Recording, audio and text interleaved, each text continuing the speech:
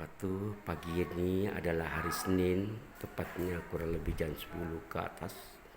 Kita bincang-bincang bersama tokoh muda dari Kota Makassar. Assalamualaikum Pak, kenalkan nama Bapak siapa? Waalaikumsalam Pak. Iya. Namanya Saya Pak Rahman Pak. Pak Rahman. Saya lihat ini Pak Rahman juga ini adalah tokoh masyarakat yang peduli dengan pendidikan Pak. Bapak punya lembaga satuan pendidikan namanya apa Pak? Di sekolah ini Pak dinaungi oleh namanya Yayasan Fadilah Indonesia Makassar. Nah itu terdiri dari beberapa satuan pendidikan, mulai dari taman kanak-kanak, kemudian SD dan SMP Islam Terpadu Darul Rahman. Ya. SMA-nya bagaimana Pak? SMA-nya insya Allah menyusul Pak. Dan barangkali ya kedepannya juga bisa mendirikan apakah universitas atau apa namanya Anda menuju semoga Pak. Amin, ya. Jadi ini Pak Rahman Tabe SMP apa lagi namanya Pak? SMP Islam Terpadu Darul Rahman. SMP Islam Terpadu Darul Tabe. Dari TK jumlah TK-nya berapa sekarang Pak? Kemarin ini kita tamatkan jumlah TK itu 95 anak didik Pak. Anak didik. 95 anak didik. SD? SD-nya kemarin ini baru dia di tingkatan naik kelas 3. Oh, naik kelas Naik di kelas 3. Kemudian untuk SMP ini sudah penamatan yang ke-8 kali. Wih, luar biasa. Jumlah penamatan sekarang berapa Pak? Yang penamatannya kemarin ini 40-an siswa Pak. 40-an siswa. Iya, mudah-mudahan ya SMA ya bisa berkelanjutan ya. Iya.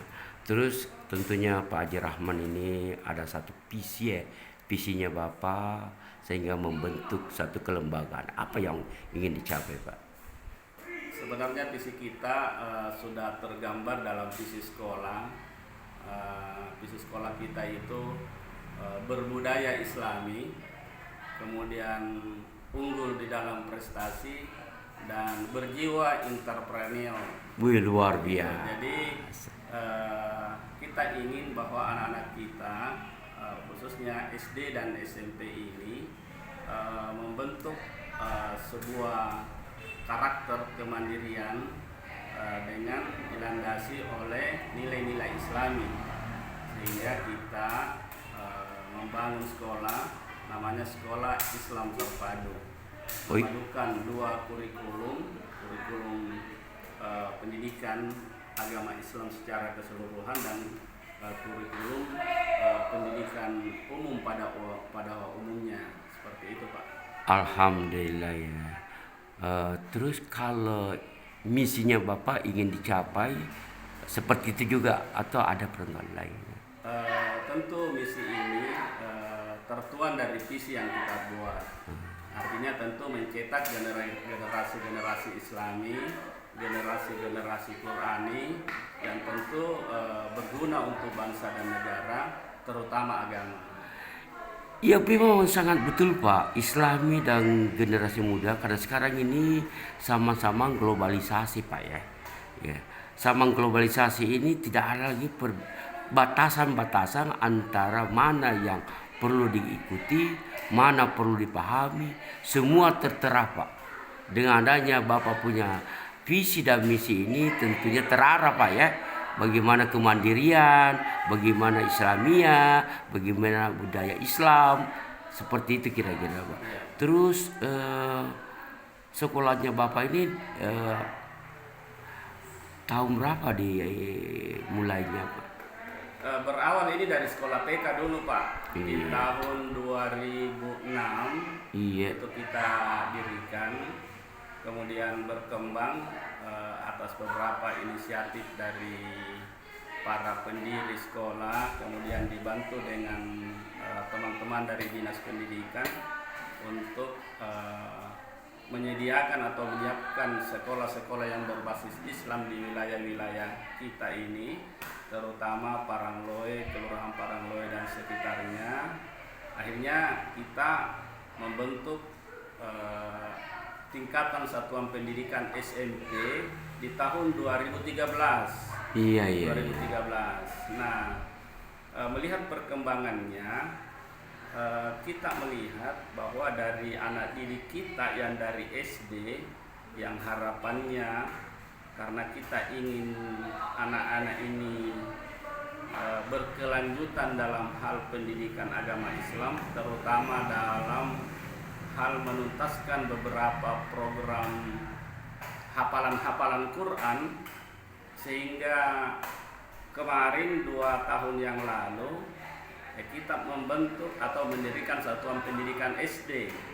Nah, jadi dari TK sudah dimulai pembelajaran dasar Al-Quran, kemudian berlanjut ke SD dengan beberapa target-target hafalan. Kalau di SD-nya ini targetnya 2 juz Pak hafalannya. Nah, ketika nanti insya Allah tamat SD, berlanjut ke SMP-nya lagi, tentu target hafalannya sudah bisa sampai 5 juz. Nah, itu khusus untuk bidang hafalan-hafalan Al-Quran. Terlepas dari itu, tentu pembinaan karakter anak, moral, akhlak, nah itu menjadi dominan sekali di dalam sekolah kita. Terutama sekarang dengan adanya program pemerintah dengan kurikulum yang baru, namanya kurikulum Merdeka Belajar, Merdeka Mengajar. Apatah lagi sekolah kami di sini yang TK ini masuk sekolah penggerak Pak, masuk sekolah penggerak, sehingga di yayasan ini diadopsi model-model ini, walaupun dari tema-temanya itu berbeda, tetapi kita mengadopsi program-program kurikulum Merdeka ini ke tingkatan SD dan SMP yang kita bina sekarang ini. Luar biasa Pak ya. Satu analisa Pak ya. Negara Republik Indonesia sekarang ini, apalagi daerah kita Makassar, Sulawesi Selatan secara khusus, itu sifatnya sudah globalisasi. Dengan adanya sekolahnya Bapak ini yang disebut dengan Islam terpadu, tentunya bisa menangkal tentang aktivitas-aktivitas kehidupan, khususnya agama. Sekarang ini anak-anak hampir rata-rata tanda kutip tidak tahu mengaji, tidak paham Al-Quran, tidak paham pola hidup yang diridai oleh Allah Subhanahu wa taala. Dengan adanya sekolahnya Bapak ini tentu sangat mendukung, sehingga berkah-berkah Allah Subhanahu wa taala diturunkan lewat pendidikannya Bapak. Bayangkan Pak ya, tabe SD 2 juz hafalan, luar biasa ya. Jadi dia sudah bisa, kalau dia seorang Islam, dia sudah bisa melaksanakan kewajibannya, minimal rukun Islam yang dilaksanakan, salat, puasa, zakat, haji bagi orang yang sanggup. Paham mereka. Silakan Pak. Jadi itu pembiasaan di sekolah yang memang dilakukan itu Pak. Jadi setiap pagi sebelum belajar memang mengaji dulu. Iya, alhamdulillah. Mengaji memang 2 jam pelajaran itu mengaji. Bahkan kalau program tafiznya itu lebih pada lebih banyak lagi. Kemudian kebiasaan yang kedua, sebelum istirahat itu sholat duha dulu. Luar biasa. Jadi jam 9 mulai itu sholat duha. Iya. Sholat duha mulai dari tingkatan TK, SD, SMP semua Pak bergantian di musola. Nah, kemudian waktu duhur ya sholat duhur berjamaah. Luar biasa. Nah, kemudian karena anak-anak pulangnya itu jam 4 masih sempat sholat asar berjamaah lagi di musola Darul Rahman.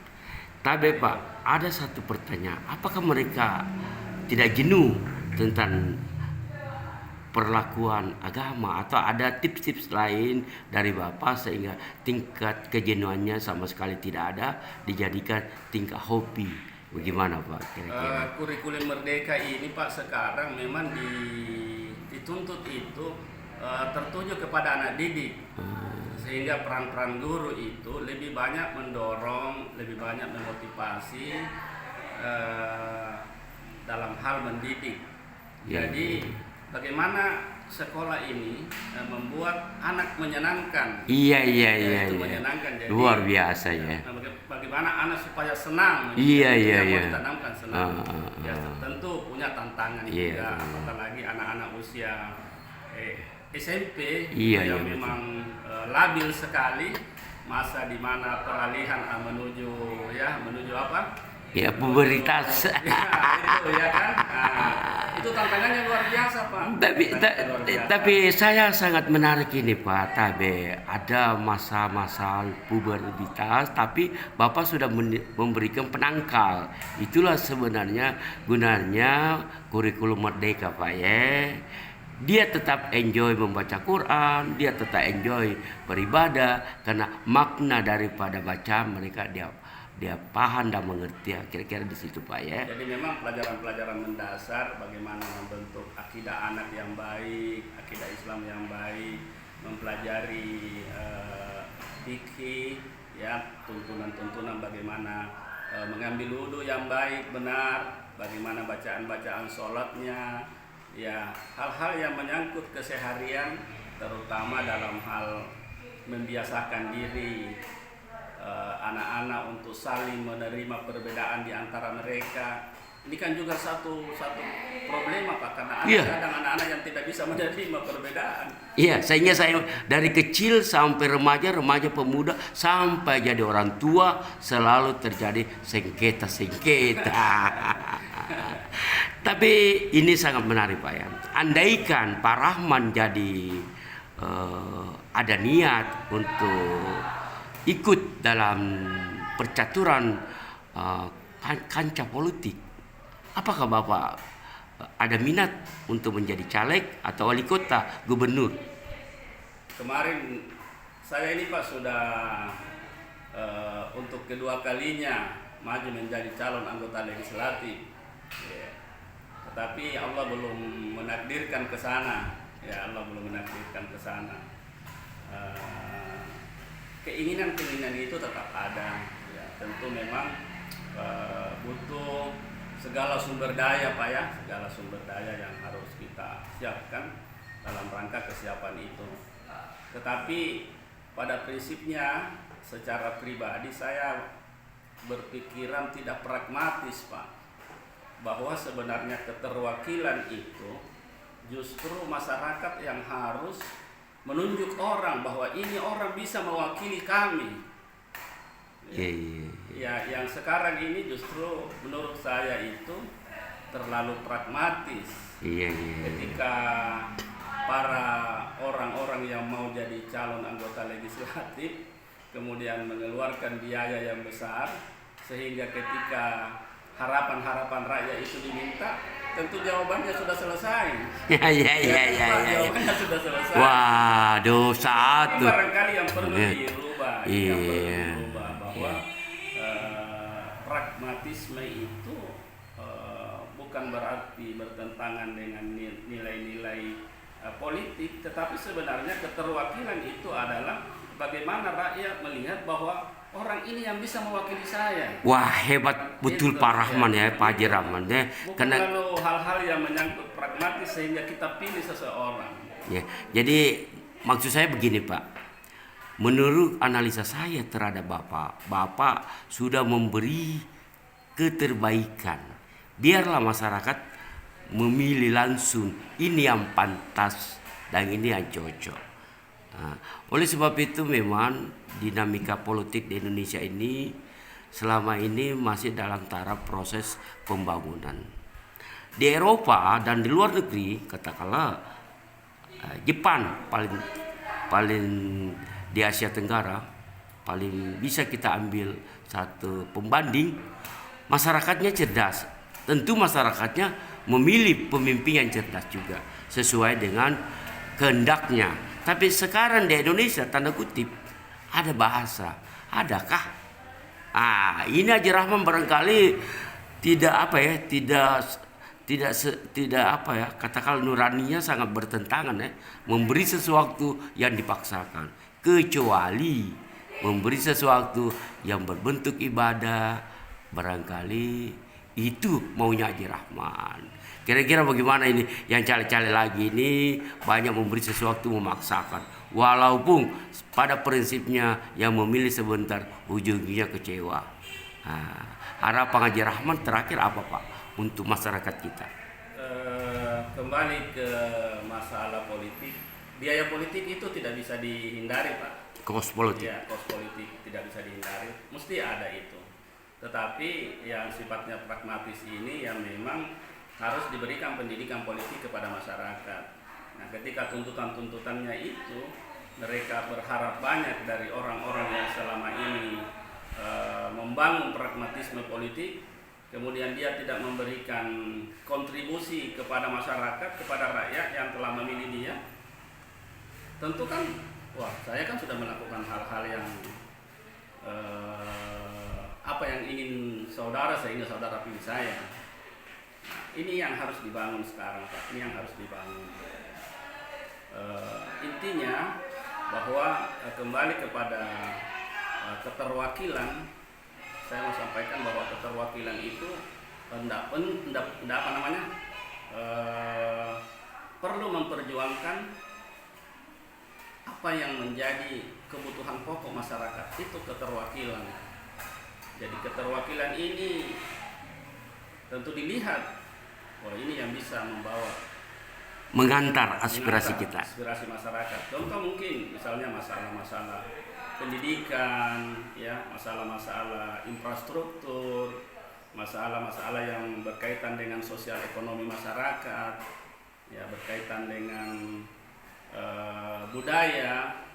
Nah, semua ini harus dimiliki orang-orang yang kita beri amanah untuk mewakili kita ke sana. Iya, Bagaimana betul. kita memberi, teman-teman bisa memberi kontribusi yang banyak dalam hal pemikiran-pemikiran dalam membangun bangsa dan negara ini, kalau pragmatisme yang Diutamakan. Nah, sehingga yang menang itu yang tentu yang besar sumber dayanya. Nah, tidak ya tentu tidak menang, kan begitu Pak. Tapi pada prinsipnya Pak ya, saya melihat kenyataan itu yang jadi persyaratan utama. Yang kedua, orang yang cerdas memang sulit terpilih karena kenapa? Pemikiran yang cerdas juga yang dapat memiliki. Ya itulah realitanya Pak. realitanya. Sehingga saya beberapa kali nyalek kemarin juga tidak kecewa, tetapi kecewa dalam hal bahwa Allah belum memberikan